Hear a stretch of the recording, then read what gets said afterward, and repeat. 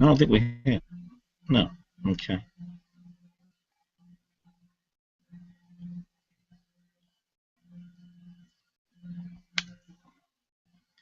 I think we ran him from post game, but this is new. This is new Deshaun from Monday.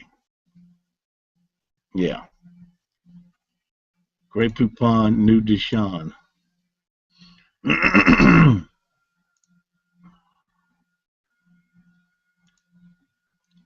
Got my chat open.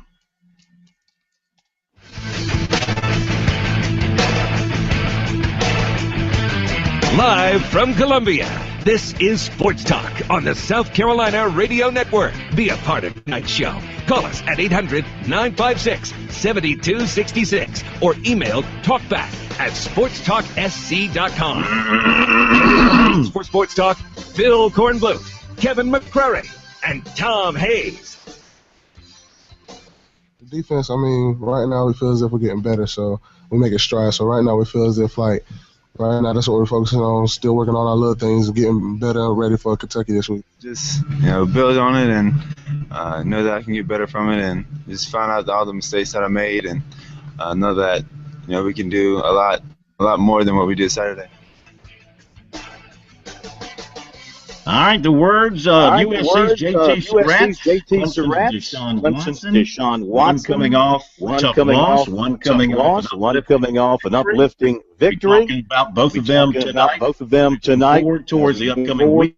Towards the upcoming weekend of football here on Sports Talk on a Wednesday night. Good to have you with us. Good to have you with us. Up at Clemson, where today we talked a little basketball with Tiger basketball coach Brad Brownell, and then participated in the media golf outing. A fantastic day up here at Clemson, up at Kiowee. Lake Kiowee at the cliffs up there, and just had a fantastic time on a beautiful golf course. Excellent day for playing golf. If I must say so myself once again, proving why I am South Carolina's premier media golfer. At times, leaving the gallery speechless with what they saw from me.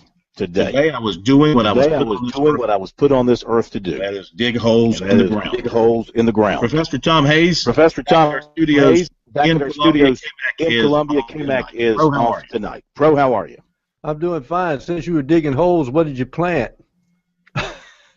Some small dead dogs. That's how big some of the holes I dug. You could bury a little dog in there.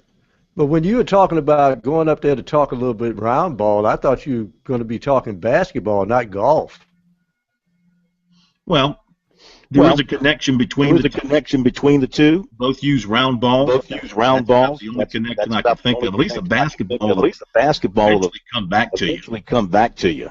The golf ball, if you hit it on one of these courses where it goes off the side of a mountain, you can kiss it goodbye. We'll hear from Brad Brownell tonight. It's Wednesday. The M&M boys will be with us. Corey Merritt will get their take on the weekend past and the weekend ahead. Also, we'll hear from some Gamecocks and Tigers. Meeting with the media this evening after practice. This evening to you. Your phone call. Jump on the line early tonight. 800-956-7266. That's our phone number. We'll get right to your calls in just a moment. 800-956-7266. Email talkback at sportstalksc.com. The website is sportstalksc.com on Twitter. SportsTalk SC, Facebook, Sports Talk Radio Network. We are streaming video at sportstalksc.com. You can watch us live and in color. You can also listen to us on our website as well. SportsTalkSC.com. There's an audio link for you there as well. 800-956-7266. Love to hear from you tonight on this Wednesday as we look ahead to another weekend of football. Back in a moment.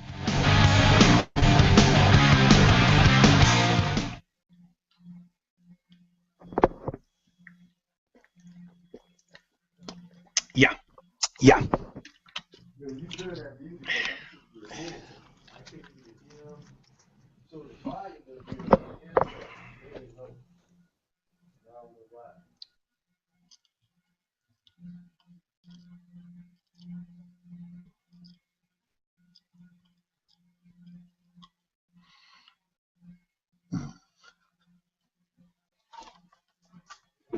Oh, yeah. I'm in a break. How are you?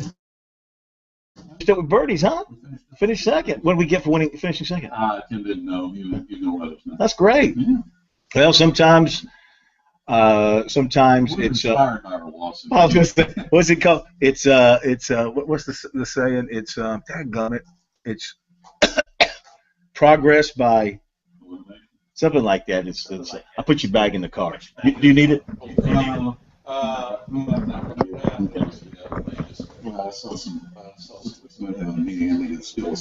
I saw that. Go around and say hello to Karen Blackman. She's around the corner. I think she works it back to the left. If she's still there. Okay, I'm here.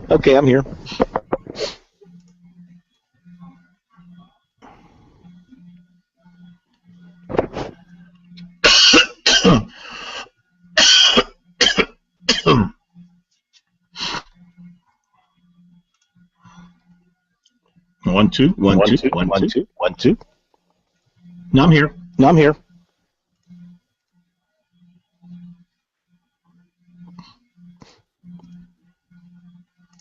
Yeah, we're having. Does he have the right headset on? Is he adjusting the right?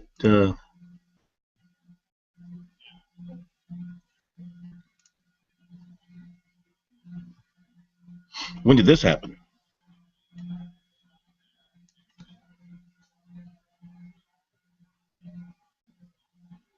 All right. Make a note. You need to make a note. Just write, get a piece of paper, make a note of everything that comes up that needs to be addressed. So the timeline feed in the studio is low. How about in your booth? Okay, so the timeline feed into the Sports Talk studio is low.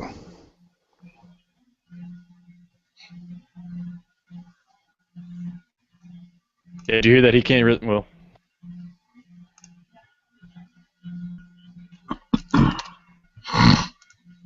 Okay.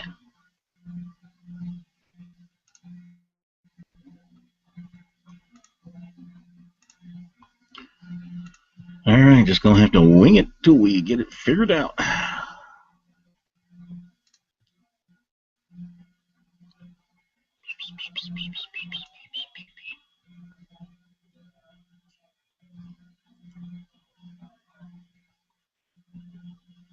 lot of high school football games being moved to Thursday. Yeah, lots of it. Mm-hmm.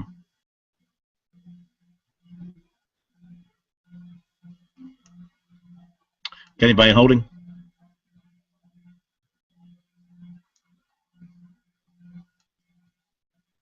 Statement. Anybody holding? Okay.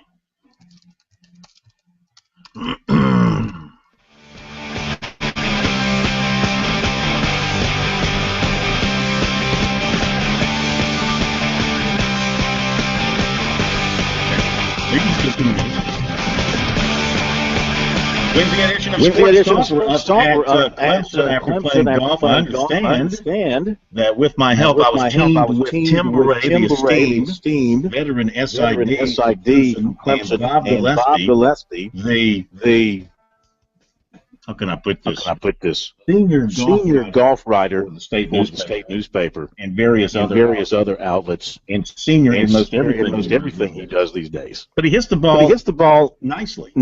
And we finished at 6 under par. Yeah.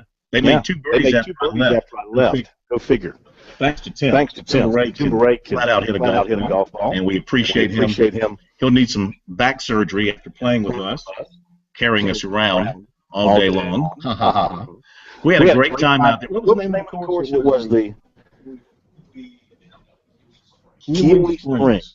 The cliff at Kiwi Springs. Man, what a gorgeous! It's part of the series of the cliff courses up there. And this one was very nice, very challenging, and in great shape. So we had a big time. As far as the basketball goes, Coach Brown upbeat, excited about the upcoming season, coming off a 23-win campaign, 10 wins in the ACC. He had a funny comment today. He goes, he says he won 10 games. He went 10-4 against ACC teams that he signed up to play. And he went 0-4 against the teams that were not part of the ACC when he came to Clemson. So, which just means they've gotten better, of course, with Louisville and Syracuse and Pittsburgh, Notre Dame coming in. And he thinks they're going to be an okay team, possibly an improved team, maybe make a run at the NCAA. The big question, of course, is finding a replacement or replacements. It might take multiple people to replace KJ McDaniels, who has signed, by the way, a one-year contract with the 76ers, the team that drafted him. So that'll be the big thing. We'll hear from Coach coming up a little bit later on. Got a very busy show. 800-956-7266 is our phone number. Email talkback@sportstalksc.com.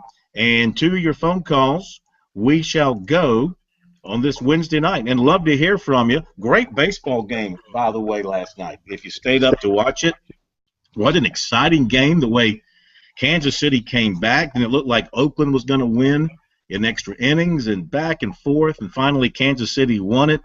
So what a week in Kansas City. The Chiefs demolished the Patriots on Monday night, and the Royals win the wild card game on Tuesday. Tonight, wild card, the National League, Pittsburgh at home against San Francisco. All right, the Billy in Florence, our first call of the night. I'm at Clemson. Pro is on Main Street, downtown Columbia at our studios. And, Billy, you're with us from Florence. How are you? Oh, I'm doing fine, but not as good as you. You're in God's country, so I can't beat that. Absolutely beautiful up here. Absolutely beautiful. I was just going to make a comment, and I know you got a busy show. With the situation, Bill, at Clemson, and I'm not saying everybody can get a Deshaun Watson because it's obvious he's a special talent. And he's going to, probably be there at only 3. But with the issues at South Carolina right now the fan base seems that it's a big problem. And, I mean, I watch South Carolina football also. They're not on the same time Clemson is, or if I'm not at Clemson myself. But what the dual threat quarterback, you see most of the teams that's in the hunt have dual threat quarterbacks just because of the athleticism to get out of the pocket and run that zone read really, really well, and also be able to throw the ball on top of, the really, really good dual threat quarterbacks can throw on the run accurately. Do you think Gamecocks are going to pull the trigger maybe on Connor Mitch coming out of Raleigh? I know he was not as highly rated. I mean, he was very highly rated. I mean, he wasn't a 5-star guy, but he was a 4-star guy. And Spurrier, if I'm not mistaken, actually hand wrote a letter to him. Is that correct? That he would stay his time to Connor Mitch. If Connor Mitch came to Carolina, because he was heavily recruited by NC State, and I think it was South Carolina. Do you think they'll pull the trigger on it? And I'll listen to your thoughts on Connor Mitch. Have a good one, guys. All right, thank you. Thank you very much. I don't think they're going to pull the trigger on Connor Mitch here in this season. I mean, this is Dylan Thompson's team. Dylan Thompson hasn't done anything to lose the job. I mean, he's still playing at a high level. He didn't have a great game Saturday. But you're not going to be great every time out. But up until Saturday, he had been playing about as well as any quarterback around. He had been completing over 60% of his passes. He was on track to throw for about 3,500 yards. As you check his stats after last week's game, they're still pretty strong. It's not like he's out there just stumbling and bumbling around. Let's see. He has so far after last weekend, he has thrown for there we go. He's thrown for 1,359 yards. He's completing 61%, 12 touchdowns to 3 interceptions. So that's not bad at all. I hear what you're saying. And they do lose that dimension of the run with Dylan Thompson at quarterback that they had with Connor Shaw. A lot of teams have with their more mobile, athletic quarterbacks. But you knew that going in. But Thompson obviously, in the minds of Spurrier, gives them their best chance to win. He throws the best ball on the quarterbacks. He's got that chance to hit you deep at any opportunity. He knows the offense. He knows where guys are supposed to be. He's the leader of that team. So any thought of anything like that is just poppycock. Well, the interesting thing is it depends on who's playing more proficiently. Let's face it, when Connor Shaw was just getting his wings, there were times when guys were open and he'd pull it down and run. And then that would infuriate Spurrier. So you pick your poison. I think probably we've seen more utilization of the tight end. The problem is, if you look at the football game the other day, the tight ends were dropping the football. So if you don't have a quarterback that doesn't run out of the pocket, that doesn't mean you can't still march down the field. It's just you do it in a different way. Connor Shaw, I guess the last year, there was rare that he threw often to the tight end in football games, whereas you see more throws to the tight ends of Dylan Thompson because he's going down his progressions more quickly because the guy in the pocket usually sits in there a little bit longer and he spots somebody open late. And so there's two ways to move the football. You don't always have to have the guy with the wheels and the arm to win football games. All right, thanks for your phone call, 800-956-7266. Here we go again. Because that was a Clemson calling about South Carolina. But always the favorite player on a team is the backup quarterback. Except at Clemson right now. I'd say the favorite player on the team is the starting quarterback, not the backup quarterback. The Clemson fans right now are pretty happy that they have elevated Bounce now number two. Barring injury, to Deshaun Watson, it's going to stay that way. Based on what we've seen, so far, there's no reason that's going to change. Clemson, this has an opportunity to win now, but also to build for the future, pro. So they do have a good situation in this case. They've got their young guy. They've cut him loose. And he already was proficient in the offense. He's learning more every day, and they're able to be successful with him so far, at least in his first start. We'll see how things go down the road. And at the same time, they know they can build around him, thinking that maybe 2015, 2016 could be 16 years for Clemson football. Well, the interesting thing, Phil, and I hope fans will call up and talk about this.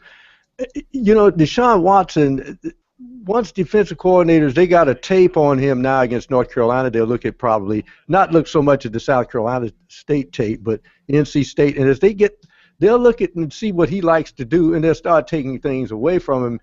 And the key to his learning curve is how to adjust when they do that. I get the feeling, though, because Taj Boyd never beat South Carolina, the Clemson fans were ready to just snatch him off the throne and put the next guy in, and it's Deshaun Watson, and now he wears the crown. And it's interesting how you don't hear Taj Boyd's name even mentioned anymore. He's not there, but you would think the leading passer in the history of Clemson would still get a mention now and then.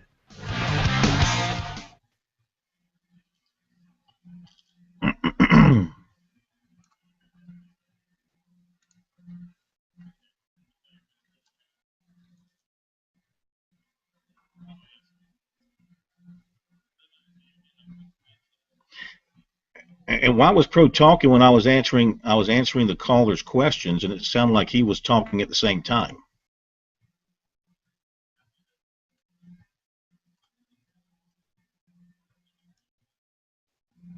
Okay, well, just tell him to.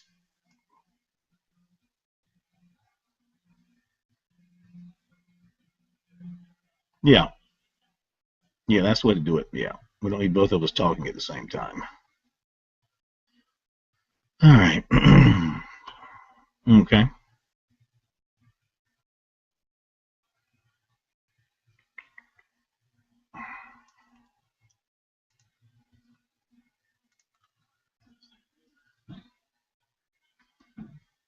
$7:30.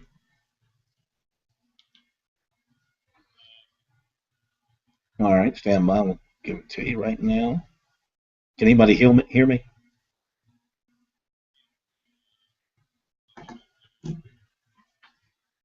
I'll just text it to you, or put it in. Can I put it in the box here? Yeah. God dang this thing!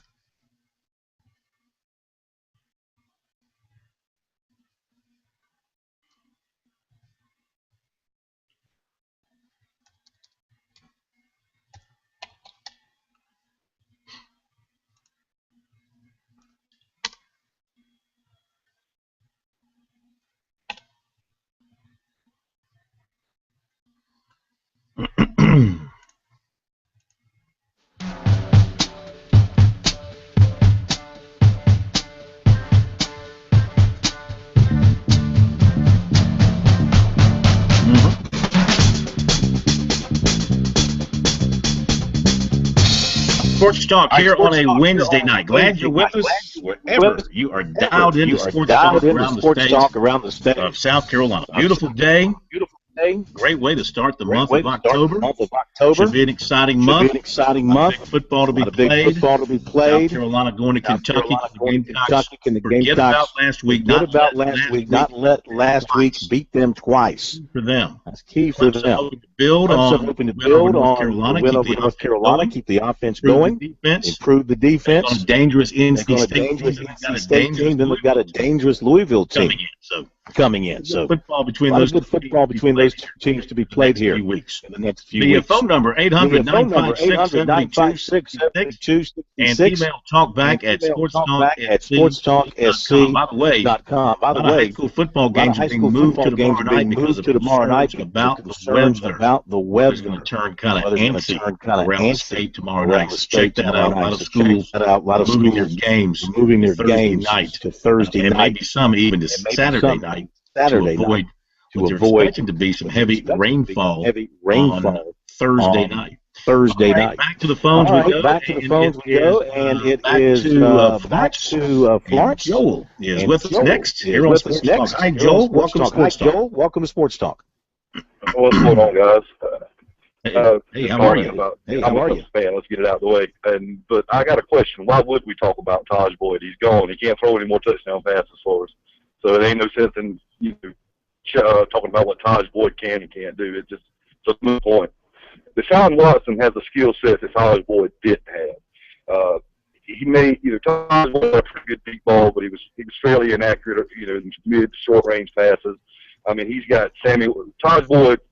I'm a close fan, but Taj Boyd wasn't as good as he looked. He had 5 starters. Let's see, Andre Ellington, Nook Hopkins, Sammy Watkins. I'm drawing a blank here. They're tight end for the Colts, right off the top of my head. I can't think of his name. Dwayne Allen, Michael Palmer. Dwayne Allen, yeah. Dwayne Allen was, Dwayne Allen. I mean, he was, he had more weapons than you could, any quarterback would lift the yards up with that amount of weapons. I'm not saying Taj Boyd wasn't a good college quarterback because he was, but he had too many, in my opinion, too many mental issues. He broke down in big games, pressure. The moment was always too big for Taj Boyd, except for LSU. That was the only game I can say as a Clemson fan that we won that I don't think we were supposed to. We never won those games we weren't supposed to win, and we still kind of don't. So, but as far as a quarterback, John seems to have. He comes into a game. The moment wasn't too big in Georgia. The moment wasn't too big for him at Florida State. It wasn't too big in Death Valley. I mean, and this is a kid who's his first time in a college atmosphere was January. So I mean. He's a whole different level skill set. Now, he may crash and burn. Who knows? You never know what pressure will do to him. He gets behind that raggedy offensive line Clemson has got right now. And, you get sacked 4 or 5 times, you start hearing ghosts, and you throwing the ball a half second too early, things can go haywire real quick. But, I mean, I think, the Clemson offense is going to be in far better hands now than it was in the last couple of years. All right. Thanks for the phone call. We appreciate it very much. We're going to hit a break. M&M Boys coming up here on Sports Talk.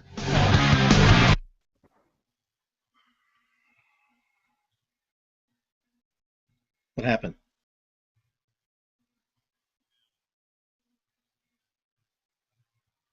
So what'd you do? What happened?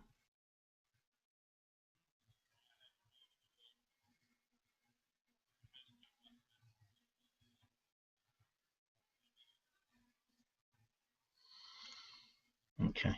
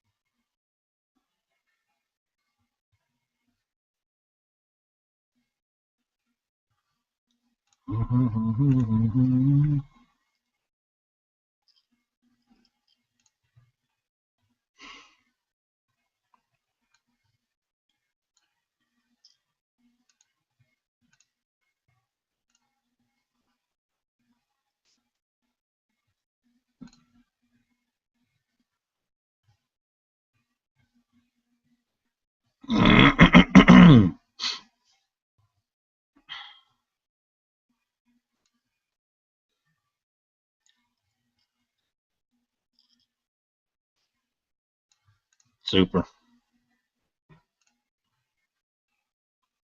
Super the duper.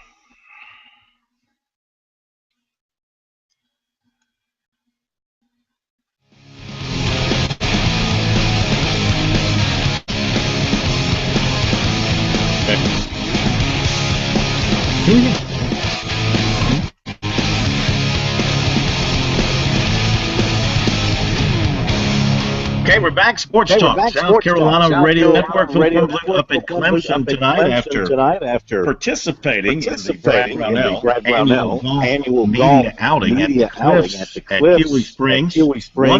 Wonderful place. And back in Columbia, at our studios, Main Street, downtown Columbia. Professor Tom Hayes and the Steakman Graham Pope. Kevin McCrary is taking the night off. More of your calls coming up a little bit later on, but it is Wednesday night, and it's that time when we welcome Sports Talk, our good friends, M&M boys, former Clemson star Will Merritt, former USC star Corey Miller. Corey, how are you tonight, sir? I'm doing wonderful. Just setting up my sports for the night, and of course, I'm talking a lot of Gamecocks as usual. So it's Wednesday. I love to be on with you guys, and also represent Hump Day. So getting close to the weekend. There you go. Will, how are you tonight, my man? How are you tonight, my man? I couldn't be any better. Thanks, Phil, and good to chat with you guys again. And I'm like Corey. I love bridging the gap for all the fanatical fans out there getting ready for another weekend of college football. Yeah, it's a great way to put it. Right here in the middle of the week, we take you from last week to the upcoming weeks. Corey, analysis, what happened to USC's defense in the last 7 minutes last Saturday? Well, I thought Lorenzo Ward got away from what was working early, meaning, getting pressure by bringing extra linebacker, which represents a zone dog or blitzing.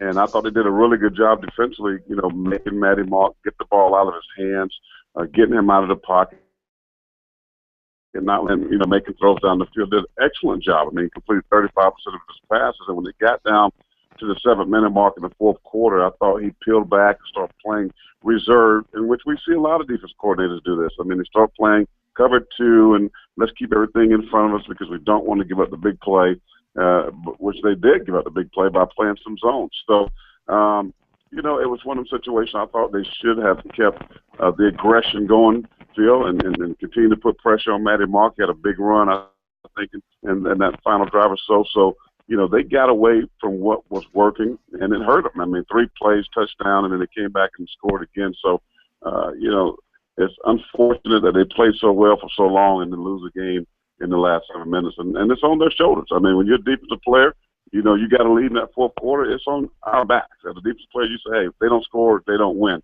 And unfortunately, South Carolina gave up 2 big touchdowns with 7 minutes to go in that ball game. All right, now, Will, the Tigers had a big offensive day against North Carolina in the home starting debut for Deshaun Watson. I know that you are a man of many adjectives when it comes to describing some great things with Clemson football. What, in your mind, did you think of Deshaun Watson's first start as Clemson's quarterback? Well, I thought it was sensational. I really did. You asked the question 2 weeks ago, I believe, did I think he was going to be the starter? And I said yes. And I think a lot of people would have answered the question the same way, Phil. And I think you saw Saturday night why so many people were, quick to pull the trigger on going, hey, this guy's just different. The game, things are just different. And, that's nothing against Cole Stout. It's just another feather in the cap for the recruitment of Deshaun Watson. And I thought he was spectacular.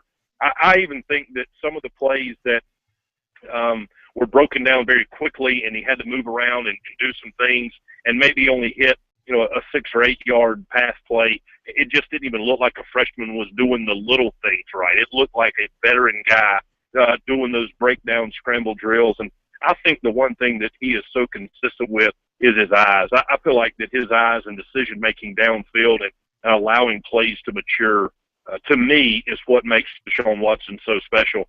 Not to mention that obviously he's got quick feet and he can get outside the pocket and get to the corner and keep drives alive. And I think one of the more interesting stats that I heard about this past week is I believe 150 of his passing yards were all on 3rd and longs. So it shows you that the majority, or a lot of at least, his passing yards, not the majority since he had nearly 450 passing yards, but a lot of them were in situations to where it was 3rd and 7, 3rd and 8, 3rd and 9. So he didn't even get rattled in the 3rd and long situations where a lot of time youth will rear its ugly head and make bad decisions. To me, Phil, that's all you could ask of a freshman debut starting against a conference opponent, hanging half 100 and setting school records. It'd be very difficult to say that it was not a spectacular start for him and his career at Clemson. All right, now a couple of quick notes from USC practice just coming out. Dylan Thompson practiced today. They say he feels good as last Thursday. And G.A. Mangus said he looks ready to go. He's ready to go. Practiced today. Cody Waldrop did not. Gerald Dixon also practiced. They're saying Waldrop is again doubtful for Saturday. Corey, Thompson had his poorest game of the season throwing the football. Do you think the sore neck that he carried? I think he carried it. Into the game, or maybe he got the sore neck during the game from all the hits he took. I don't know. If I understood Spurrier right, he was hurting a little bit going in. Do you think he was affected by that? Did that affect his passing? I think it hurt him during the game because he took some major shots from the Missouri defensive line. I think it occurred during that game. I saw a couple of shots as I went back and watched some of the tape. Those guys put the crown of that helmet right up, that neck area. That really some of them could have been flagged on it. But yeah, it definitely affected him very much so, because when you talk about being hit as a quarterback, you get very uncomfortable in the pocket. And the tackles, who I had a concern with going into the season with Shell and Corey Robinson, I don't think they're very good against speed rushers. When you watch it, dating back to last year, these tackles, they have problems with guys that can get up the field and make them move their feet. They're big guys, but they're not agile guys. They don't have good feet when it comes to pass protection, and they were hitting Dillon all night long. And of course, he made him throw some bad throws. He got rid of the ball a little bit too early, or he curled up and took sacks because of the pressure. And so Steve Spurrier alluded to that in the press conference. So yeah, it definitely affected how he played. Guess what? They're going to see the same thing this week against Kentucky, because Mark Stoops, he likes to bring pressure, and they have a pretty good defense at the front, and they're going to look to hit him even more. Clemson's defense gave up a bunch of points and a bunch of yards to North Carolina. Now, I know North Carolina's got a good offense, but Clemson's defense is, had been playing great, and it's supposed to be kind of a cut above, but they gave up a lot of yards to Georgia. They gave up a lot of yards, a lot of points to North Carolina. Did a great job against Florida State. What happened with them in the second half against North Carolina? North Carolina was a touchdown pass away from making it a one-possession game in the last 5 minutes. So do you have some concerns about the defense? Well, I have, I go into every week with concerns. I think there's some concerns all the way around. I do think that North Carolina does. I thought North Carolina's defense was not very good. I think that's, that helped Clemson's offense to stay 2 touchdowns ahead. They helped the defense a lot. I thought the defense was susceptible, obviously, to the middle screen and to some of those little dump-off patterns in kind of that short field range when they had the second shorts. They hurt them on some really long plays. Phil, I look at it as they had some major eye violations with their linebackers and secondary guys. Their eyes were in the wrong place, and consequently their heads were turned, and they were just getting blocked way downfield. There were a couple of those plays that Phil, you could have scored even after a Friday night. You could have scored on some of those passes. Where, and that's. I'm saying that to try to articulate my message the best way I can. Nobody was going to stop some of those guys in open field, and that just shows you complete bust in assignment. So, do I think that they're talented on defense? No question. They are extremely talented guys, and that some of those young guys, Mackenzie Alexander and Tankersley, and those guys they're going to be great players. But they're younger folks, and they're making some mistakes. But I do think the talent level's there, but mental errors, obviously, they killed them in the second half. Maybe had something to do with maintaining such a hefty lead the whole game. Got a little apathetic at times, got a little lulled to sleep. I'm not real sure, but I guarantee you Coach Venables was all over them this week. All right, hang on, guys. We'll hit a quick break. We'll come back with the M&M guys in a moment here on Sports Talk.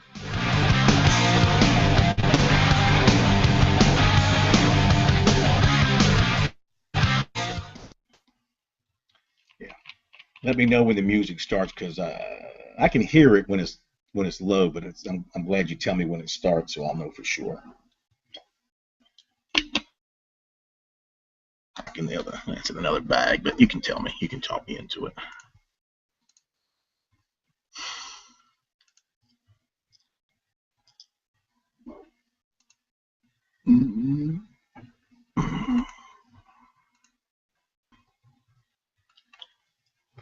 Do. How's that?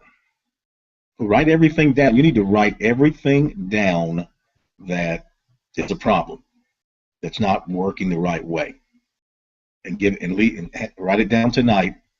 Put it over by my desk, so when I come in tomorrow, I'll know what to say to them. Everything. Don't leave anything off. Whatever problems we're having tonight, describe it. Say like, when this is happening, this is happening. When this is happening, this is happening.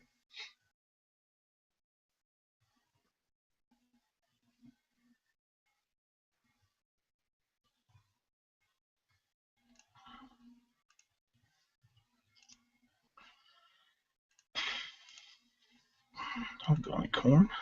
All over the place.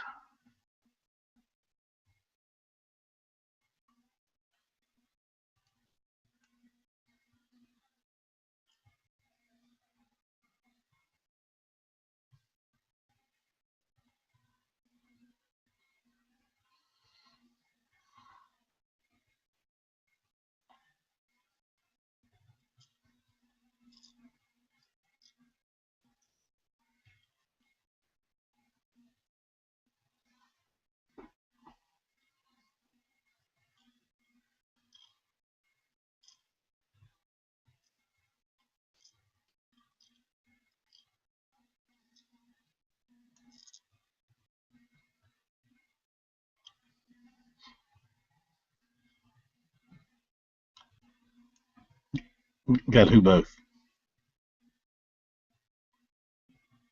Did you lose them?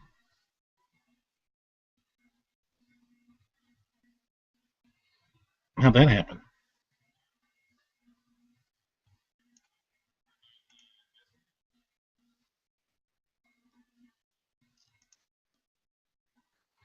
Okay. I mean,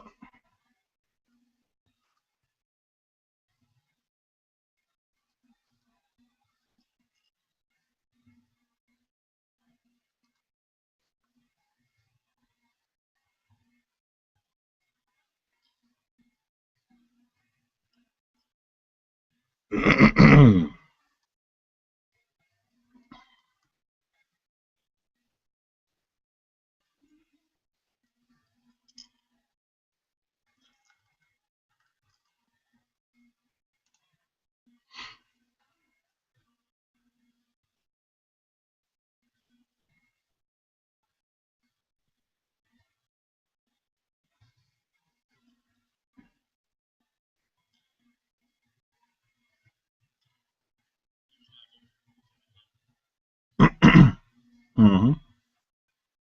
We can carry him over to the last segment if we have to.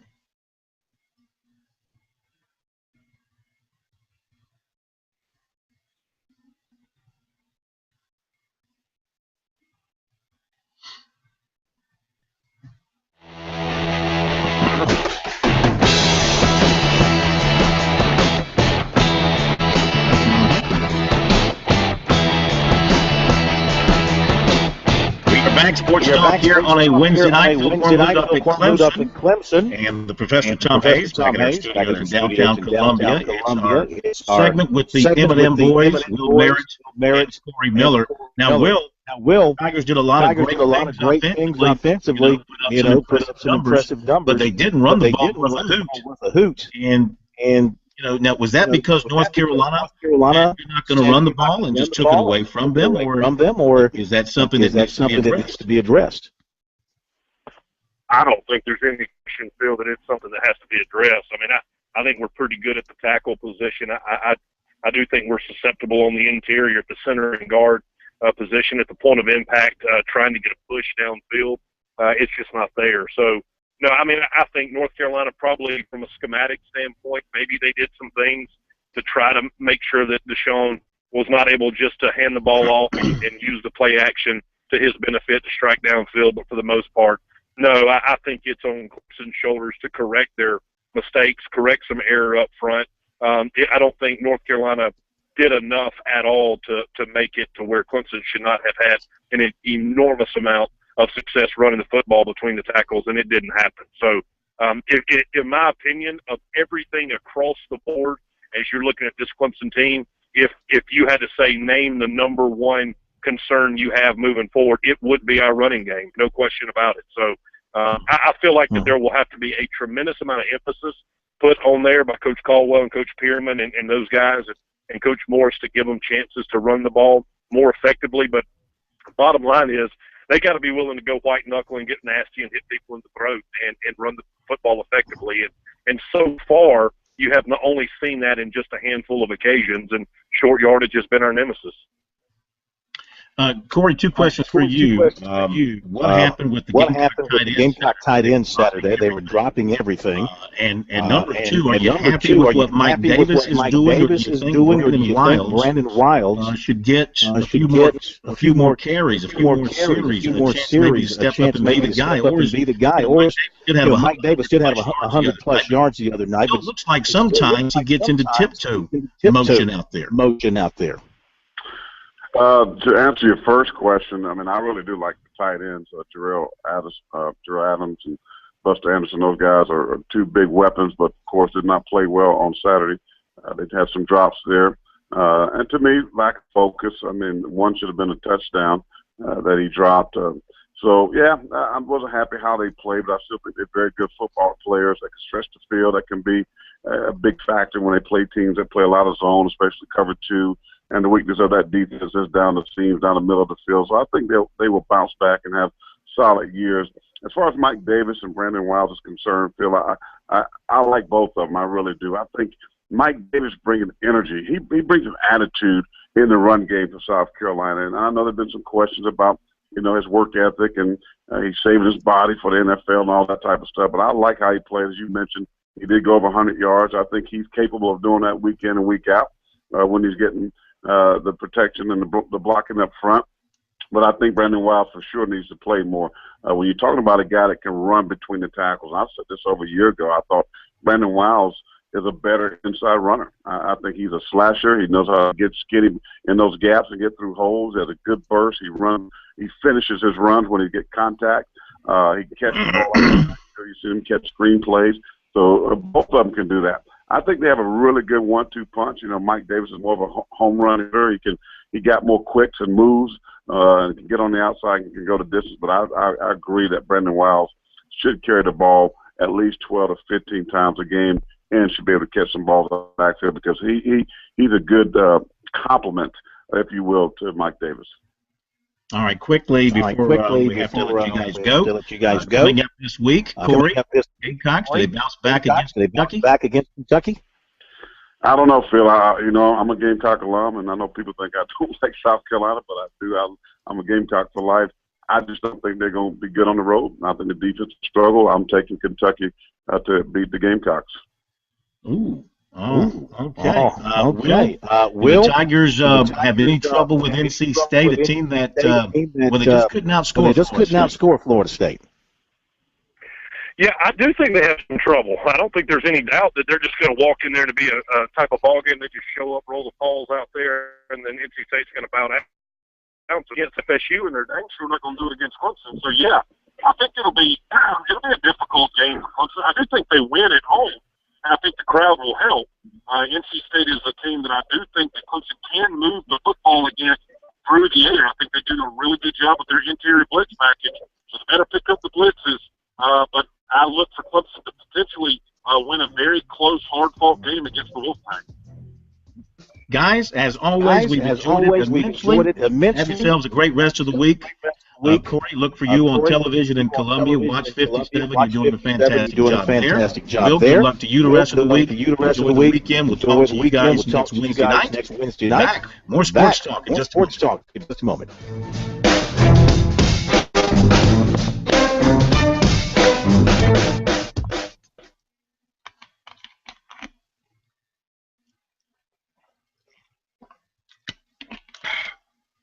Yeah, they're great. Let's put that up on rewind.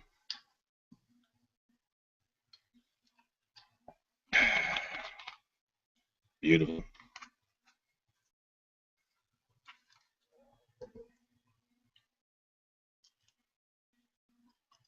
Dun, dun, dun, dun, dun, dun, dun, dun, dun, dun, dun. I'm so hungry I could eat a house. Uh-oh. Clemson offensive lineman taken to the hospital.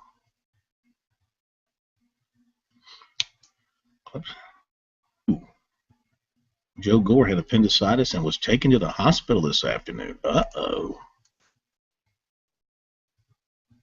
That's not good at all. That means he's out for, could be weeks.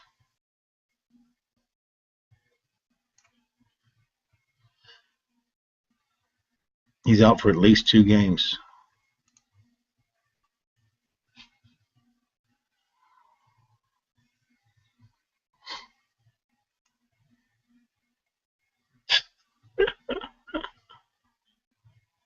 To be the deep appendix. All right, I'm going to do a couple of notes here, and I'm going to do the high school report, which we didn't get to last night. Yeah. Last night was kind of rugged, wasn't it?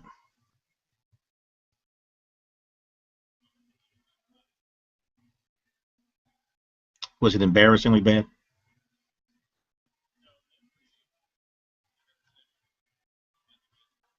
Mm-hmm. Yeah. Mm-hmm.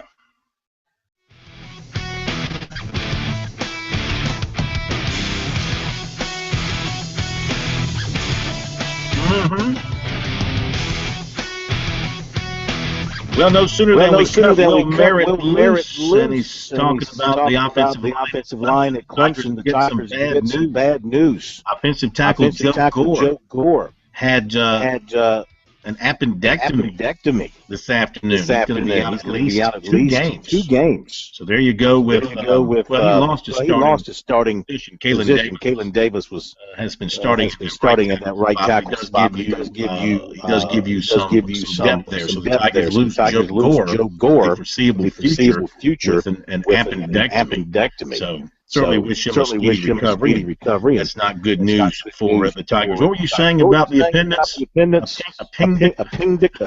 Gosh, the appendix. I was saying I'm not so certain we can have a physician call us, but I'm not so certain they've decided if it really it does anything for the body. It's just there. Mm-hmm. Mm-hmm.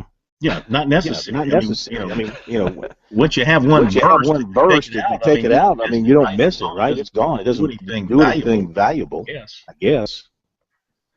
Well, even when they check a baby's vitals, I don't think they tell the parents, well, the appendix is in the right place. Yeah, I guess you're right. All right, let me give you the high school football report for tonight. Our high school football report here on SportsTalk every night by our friends at South Carolina Farm Bureau Insurance. And the rankings for this week came out last night. The high school sports report. We'll look at their rankings. And in 4A. They have York number one. York plays Northwestern. By the way, the Burn and Spartanburg game has been moved to tomorrow night. So obviously a big game, traditionally a big game in the upstate. They moved that game to tomorrow night. So York is one. Then Dorman, Burns, Goose Creek, and Dutch Fork. And it's Hillcrest, North Augusta, Fort Dorchester, Westwood. What a year they're having at Northwestern. In 3A, Myrtle Beach remains number one, followed by Hartsville, Daniel and AC Flora. At 6 is Greer, followed by Broome, Seneca, BHP, South Point. In double A, Dillon is again number one, by Timberland, Loris, and Fairfield Central. Then it is Newberry, Chesley, Keenan, Strong Thurman, and Powdersville at number 10. And in 1A, Christchurch continues to lead the way, followed by Allendale, Fairfax, Hemingway, Bamber, Earhart, Estill, Hunter, Connor, Tyler, Lamar, Great Falls, Williston, Elko, and Calhoun County. There you go. High school football report for this Wednesday night brought to you by your South Carolina Farm Bureau Insurance Office. We're going to hit a break here at the top of the hour on Sports Talk. Coming up, we'll take more calls. If you'd like to join in, 800-956-7266. We'll do some recruiting in the next hour as well. Hear from some of the Gamecocks and Tigers. Going to catch up on some NASCAR. We missed Chip Wow last night. We'll catch up with him tonight. Busy in hour number 2. Don't go away. We'll be back.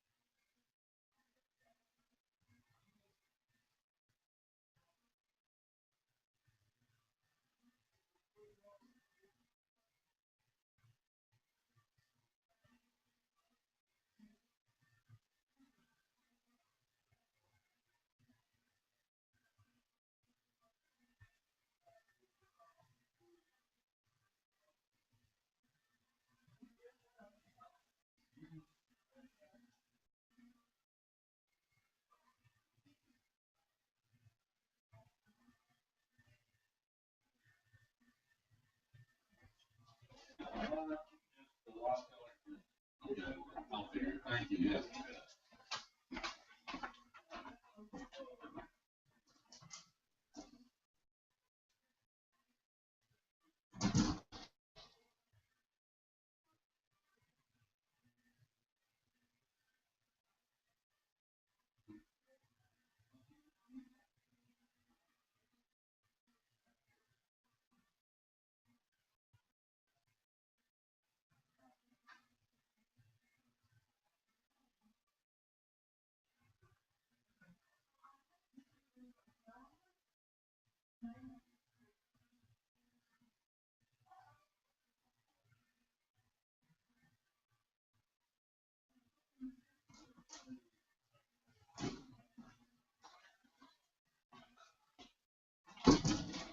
Hey, let's try this again.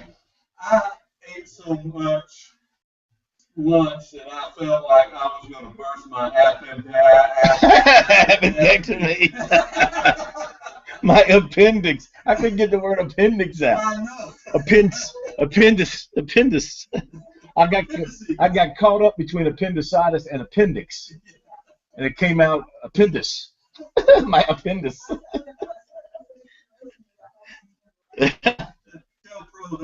Pro, legend has it that's your internal devil's tail. Internal devil's tail. I won't say where that came from. That might disclose my location. My super secret location. You just tell him that. Legend has it. I want to say the Bob McAnally Memorial Studios. Well, then I always say, now the good news is he's still alive, but we're memorializing him while he is.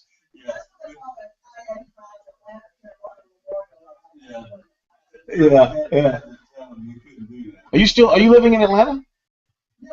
Yeah, but you go back and forth. Yeah. And then the Bob Schuster bronze microphone. Some call it rust. We call it patina. But I call it bronze. Good show thus far, though. Thank you. Will Merritt, he does. Yeah, he's back to health. Yeah. Yeah, he shows me a scar all the time. No. I've never seen it. I don't want to see it. You look the other way. Okay, what you got, State Man?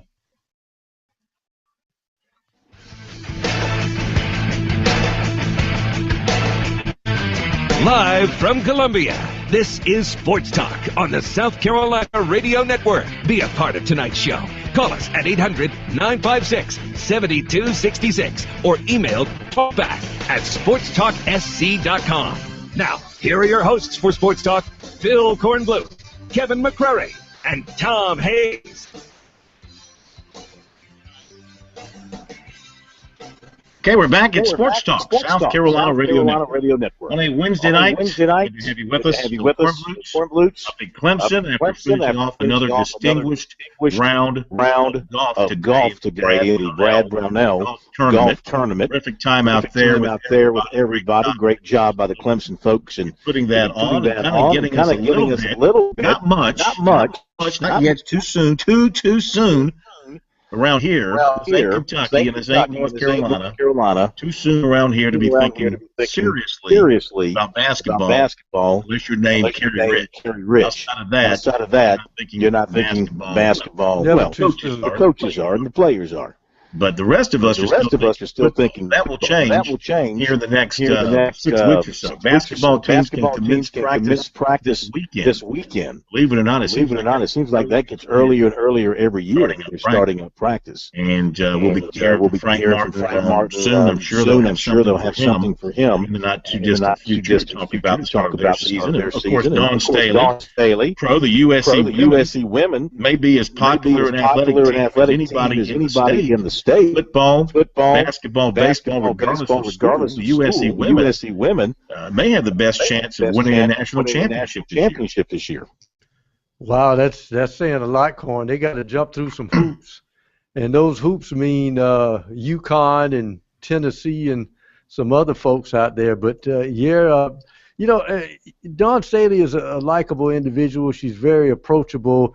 But she knows when to turn on the intensity, and she is an intense individual. In fact, you'll see games when they get tight where her assistants have to calm her down, or she's about to get a technical. So I think people like that. They like a coach that fights for their players. But it's hard to believe. I guess this is a 6th or 7th year, but it almost seems that this team has had a meteoric rise from maybe hearing pin drops in the arena to having thousands in the arena for a women's game. So this program has jumped by leaps and bounds since her hire. Yeah, you're exactly right. Exactly right. Look, she's put the team together. She's brought in great talent, the local talent outside the state. Brought it in. There's no reason not to think this team can't make a run. A deep run in the NCAA tournament. And listen, all you have to do is win a few games, and all of a sudden you're in the Final Four, right there knocking on the door. I think they're at the point they'll be disappointed if they don't make the Final Four with this team. Crouchy has coming back. Added the number one player in the country, and Asia Wilson. And I think they'll be sorely disappointed if they don't get to the Final Four this season. The national championship should certainly be on their list. Something that they believe that they can win. All right, 800-956-7266. Our number. Love to hear from you. We'll hear from Brad Brownell coming up here shortly. We'll jump on the lines. Give us a call. 800-956-7266. We're back in just a moment.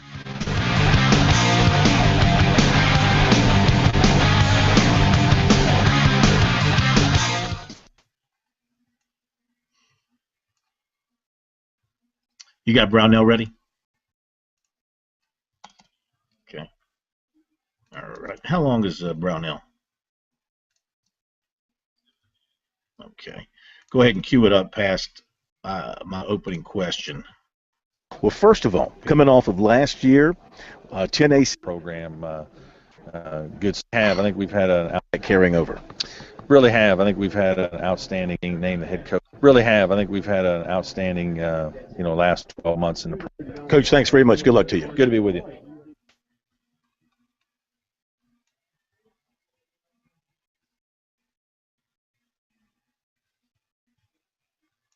Yeah, we'll put Brownell up after the show too.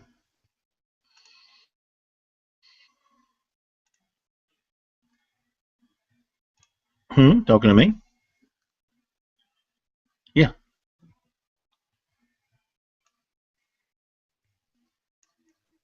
Really have. I think we've had an outstanding, last 12 months in the program. Good season, as you mentioned.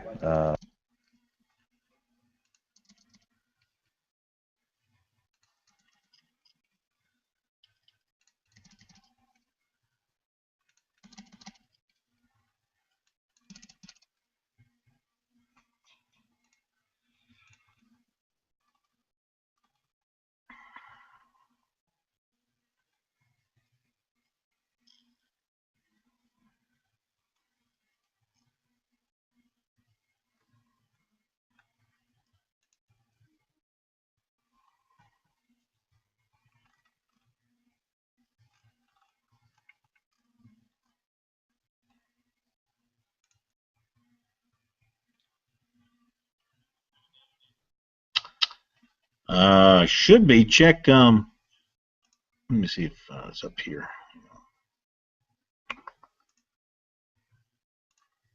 See if it's. Sign is what her name. Beautiful. It's not up yet. Yeah. So it hasn't been posted yet.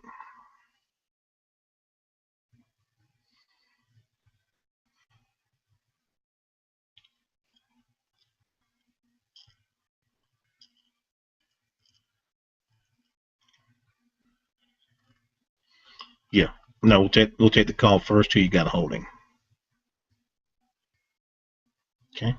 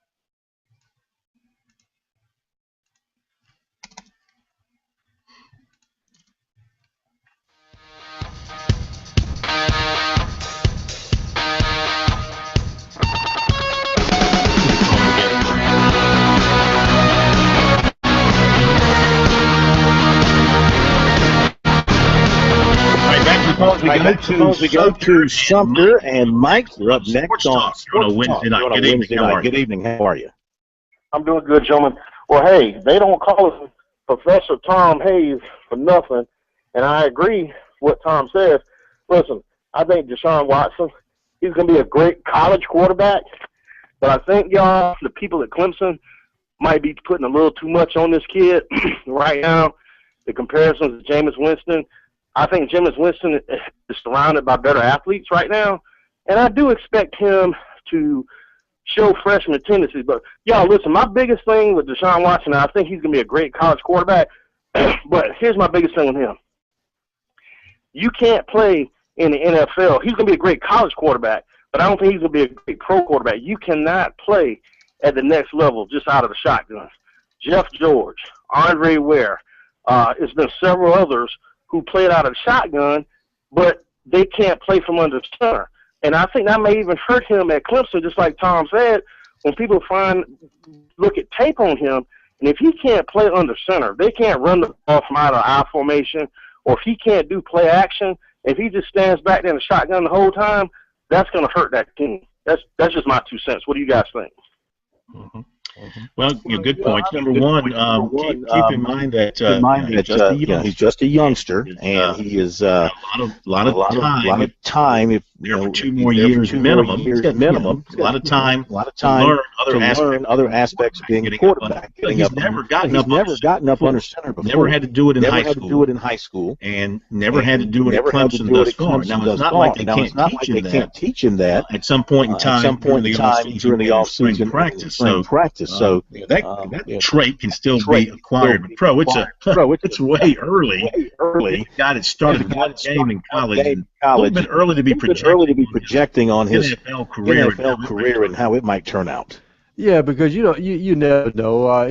To me, he's got the quickness and the size, and I think the first attribute you look at him, and everybody talks about intangibles over Taj Boyd. Well, the one thing you can't teach is height. And he can see more because of his height. Taj wasn't as tall as Deshaun.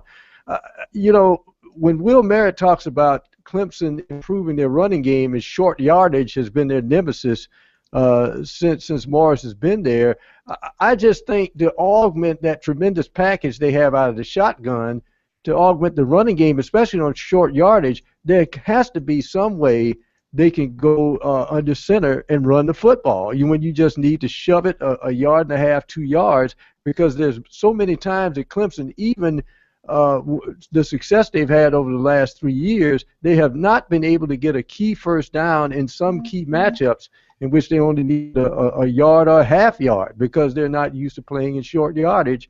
And I think probably to toughen that offensive line to improve the running game, some type of package where you go into an I formation has to be part of what they do.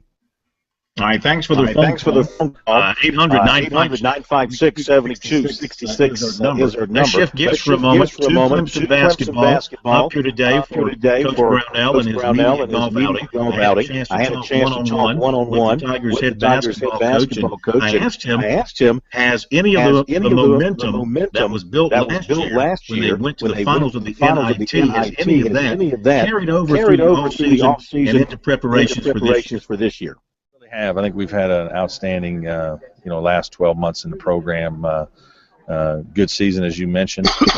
Young KJ McDaniels drafted into the NBA. Always happy for that. Assistant coach Earl Grant being named the head coach at the College of Charleston.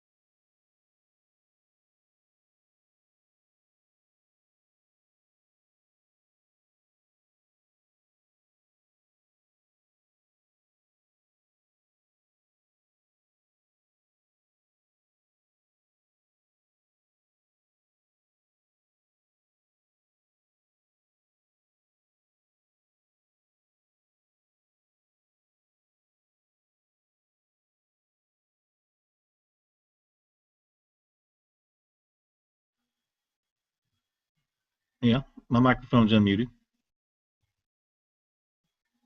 But that shouldn't. The audio is coming through the tie line and going into the board, and that should be going into the computer and on into the Google Hangout. I'll make a note.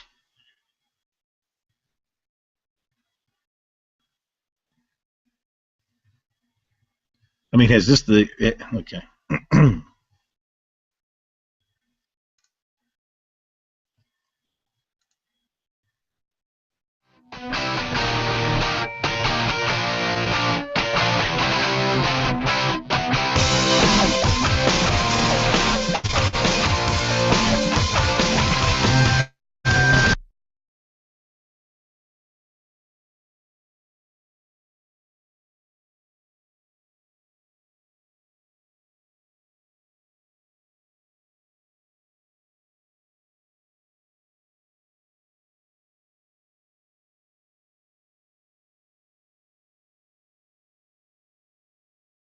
Pirates. Should be a great night for baseball in Pittsburgh. I guess the weather's pretty good. Good weather last night in Kansas City.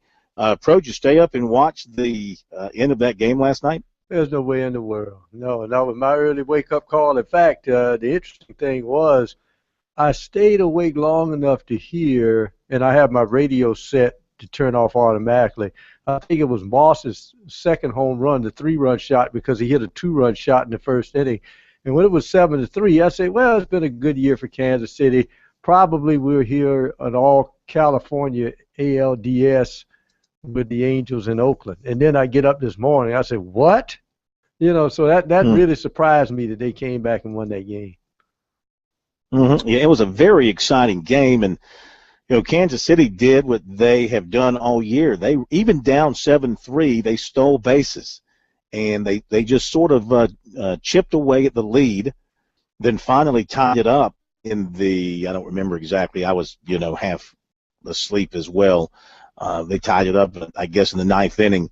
And the extra innings were great because both teams early on looked like one was going to go ahead and the other one was going to go ahead, and neither one did, and it was very tense.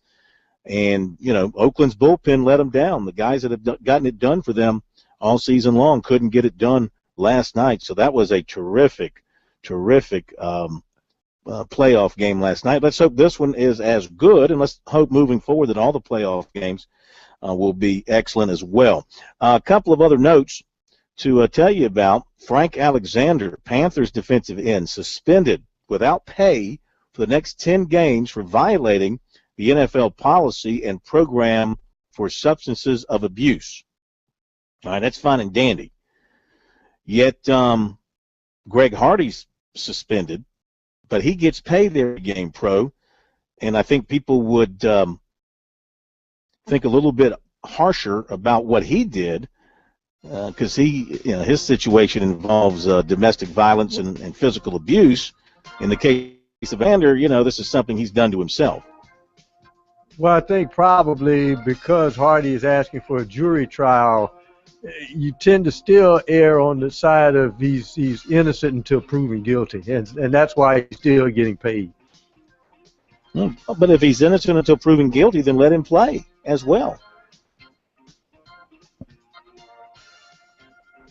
All right, we are going to wrap things up on this Wednesday night from here at Clemson. Had a great time up here with the Tigers. Coach Brownell, thanks to him for joining us on the program. And thank you, Pro, back in the studios. State Man, thank you as well. Tomorrow night, back in Columbia as we roll into a Thursday night NFL football, Packers and Vikings, college football as well. Have a great night, everybody, and we'll see you tomorrow night here on Sports Talk.